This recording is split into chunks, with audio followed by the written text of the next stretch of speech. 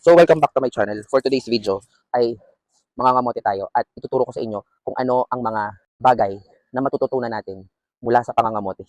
Kukuha lang ako ng mga talbos kasi magsasabaw daw kami ng isda. Siyempre, daladala ko na to.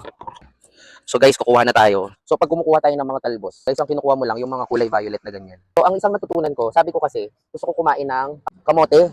Kaso, ang natutunan ko sa parents ko, hindi ka daw makakakuha ng kamote kapag tinatalbos mo palagi.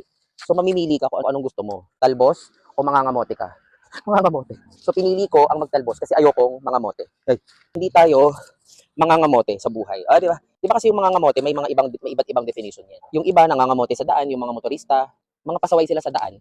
Ang tawag sila sa kanila, mga kamote riders. Sana may natututunan kayo sa vlog ko. Yung mga motorista na mga biglang nagkakat, sila yung mga kamote riders. May iba pang ibig sabihin ng kamote. Nung nag-aaral ako, usong-uso yung term dati na, naku, nangangamote ka na naman. So, ang ibig sabihin naman nung nangangamote ka sa eskwela, lagi ka na lang bagsak. So, sino sa inyo dito, yung may kakilala na laging nangangamote sa eskwelahan?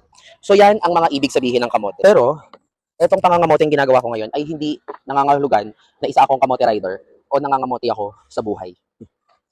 Literal na kumukuha ako ng talbos ng kamote. May natutunan ba kayo? Kung wala, edi wala.